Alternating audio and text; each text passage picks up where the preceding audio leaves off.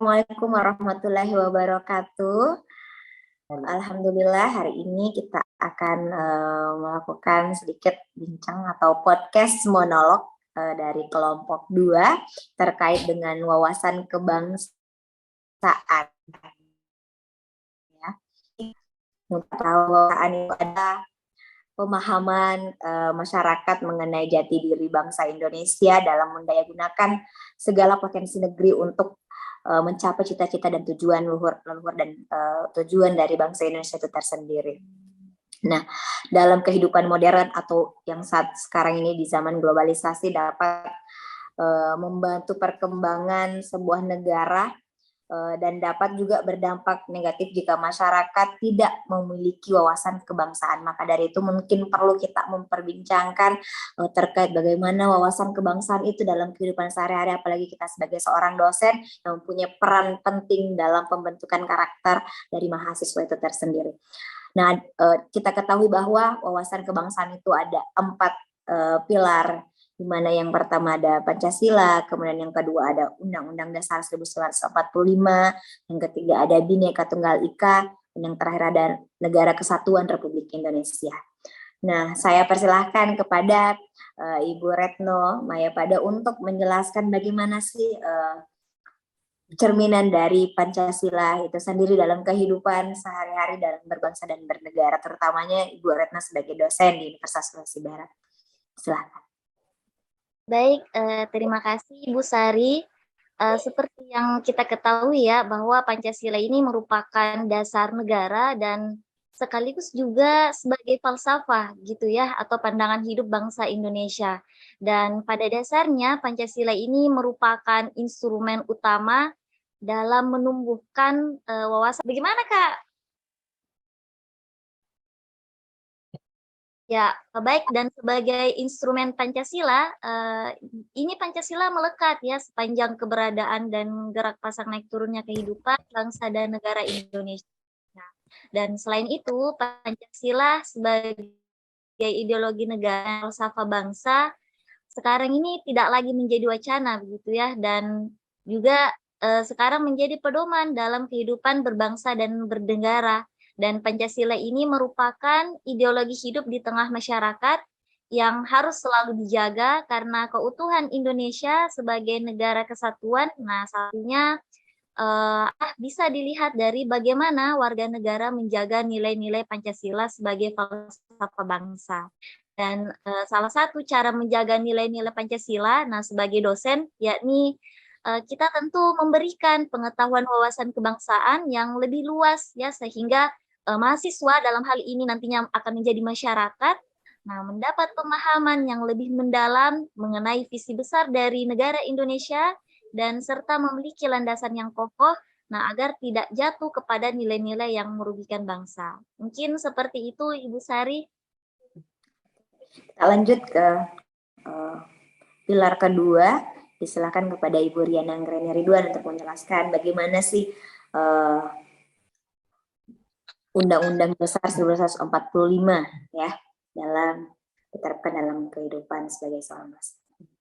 Baik, terima kasih atas kesempatan yang diberikan. Di sini saya akan menjelaskan salah satu pilar negara Indonesia, yaitu Undang-Undang Dasar 1945. Nah, dalam rangka mencapai tujuan nasional sebagaimana yang tercantum dalam alinea keempat pembukaan UUD 45, diperlukan ASN yang profesional, bebas dari intervensi politik dan nepotisme, korupsi dan kolusi, dan mampu menyelenggarakan pelayanan publik bagi masyarakat dan mampu menjalankan peran sebagai perekat persatuan dan kesatuan. Nah, dalam hal ini, fungsi dan peran kita sebagai dosen adalah memberikan pelayanan terbaik, khususnya memberikan pengajaran-pengajaran yang tentu saja dapat berimbas positif terhadap perekonomian, pembangunan, serta pembentukan akhlak bagi generasi muda di negara kita. Kemudian, salah satu fungsi yang perlu kita maksimalkan dalam tugas kita sebagai seorang dosen, yaitu memaksimalkan fungsi kita sebagai pihak yang memberikan pelayanan publik, dalam hal ini adalah mahasiswa. Kita sebagai ujung tanduk dari pilar yang membantu membentuk masyarakat ataupun mahasiswa ataupun generasi muda yang mempunyai akhlak yang baik guna kemajuan bangsa kita, dan sehingga mahasiswa kita itu tidak mudah untuk terprovokasi ataupun melakukan tindakan-tindakan yang merugikan negara kita. Saya pikir itu dari saya kembalikan kepada Ibu Sari Fatimah. Oke, kita lanjut saja ke materi yang ketiga, yakni pilar ketiga Bhinneka Tunggal Ika. Silakan kepada Bapak Muhammad Hijrah untuk menjelaskan bagaimana Bhinneka Tunggal Ika dalam profesi sebagai dosen. Baik, terima kasih Ibu Sari. Kebetulan saya dapat bagian di Bhinneka Tunggal Ika ya. Dari kata-katanya pasti kita semua sudah tahu. Atau kalau yang tidak tahu mungkin bisa di bahasa Inggris kan unity in diversity, berbeda-beda tapi tetap satu. Ya, ini sudah terlihat dari lambang negara kita di Pancasila, Garuda Pancasila, gambarnya itu sudah ada ya di pita bawah putih, ada tulisan Bhinneka Tunggal Ika, berbeda-beda tetapi tetap satu. Kita merupakan bangsa yang berasal dari suku yang berbeda-beda, ras yang berbeda-beda, bahkan agama pun kita berbeda-beda. Sekarang sudah 6 agama yang diakui ya, sudah 6 agama. Bahasa juga berbeda-beda, beda suku, beda ras, beda bahasanya. Maka hal itu harusnya menjadi sebuah kelebihan dari bangsa kita, bangsa Indonesia. Itu menjadi sebuah kelebihan, namun dari perbedaan-perbedaan tersebut harusnya ada persatuan, seperti atau yang dilambangkan di Garuda Pancasila tersebut ya, harus ada persatuan. Contohnya kalau dalam profesi kita sebagai dosen, mahasiswa kita tentu berbeda-beda ya, beda agamanya, ada yang mungkin agama Islam, ada yang agama Hindu, Kristen, Katolik dan lain-lain. Sukunya juga ada yang berbeda, ada yang dari suku Jawa, ada yang dari Dayak, Kalimantan, ada yang Bugis, atau di tempat kita yang kebanyakan orang Mandar. Orang Mandar pun berbeda-beda juga ya biasanya bahasanya. Orang di Sulawesi Barat pun ada yang orang Mamasa, ada orang Mamuju, dan itu semua bahasanya ada perbedaan. Jadi kita harus menghargai semua itu. Jadi ketika ada teman-teman kita atau mahasiswa kita yang bertanya mungkin dari daerah pelosok sana yang bahasa Indonesianya kurang bagus, mungkin pakai bahasa daerah, ya kita harus menghargai itu karena kita berbeda. Nah, kalau perlu kita ajarin kata-katanya seperti ini atau ejaannya seperti ini, harusnya dibacanya seperti ini. Kebetulan di kampus kita sangat banyak mahasiswa kita yang dari pelosok Mamasa sana, Mamuju sana di ujung. Maka hal itu harus kita hargai.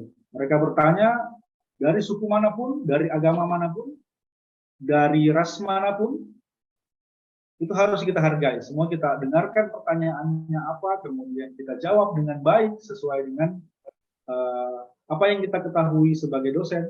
Kemudian boleh kita bertanya kembali, atau misalnya mereka pertanyaannya kurang lugas atau kurang jelas, kita boleh kasih tahu bahwa seperti ini.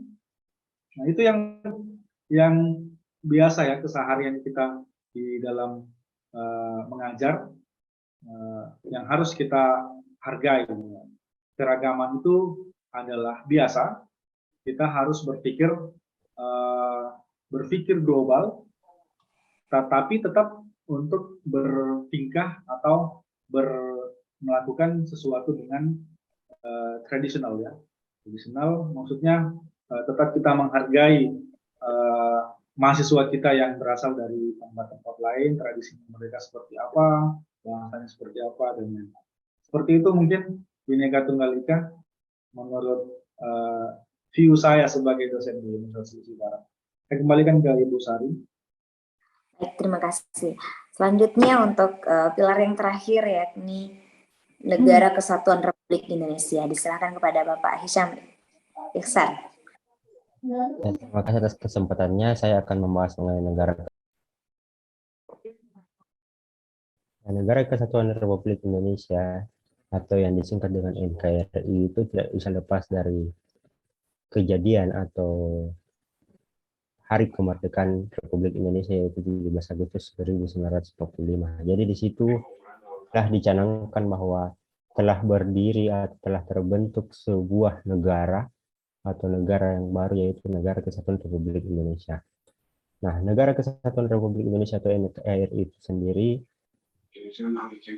memiliki tujuan, dan tujuan tersebut itu tercantum dalam pembukaan Undang-Undang Dasar 1945, yaitu dalam alinea keempat meliputi yang pertama adalah melindungi segenap bangsa dan seluruh tumpah darah Indonesia, yang kedua itu adalah memajukan kesejahteraan umum, yang ketiga itu adalah mencerdaskan kehidupan bangsa, dan yang keempat adalah ikut melaksanakan ketertiban dunia berdasarkan kemerdekaan dan perdamaian abadi dan keadilan sosial.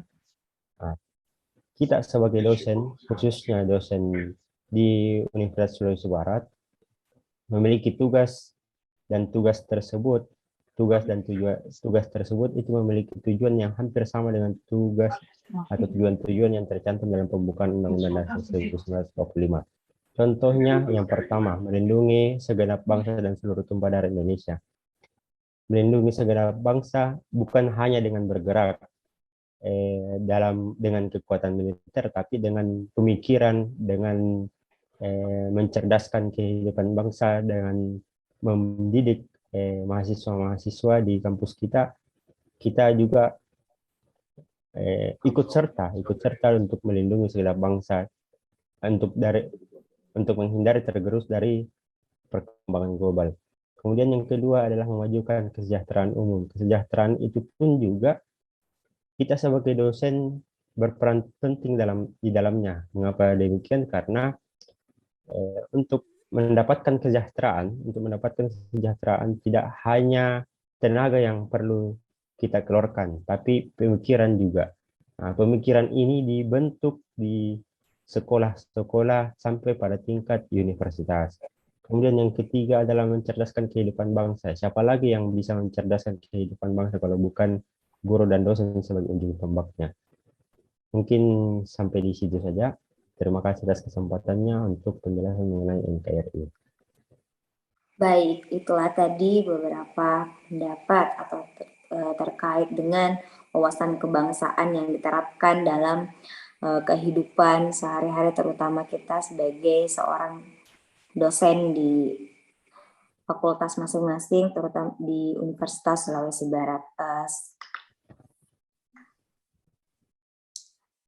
Baik, untuk mengakhiri, marilah kita mengucapkan alhamdulillah, terima kasih kepada teman-teman yang sudah memberikan pendapat atau wawasan terkait dengan wawasan kebangsaan. Sekian, wabillahi taufiq wal hidayah. Wassalamualaikum warahmatullahi wabarakatuh.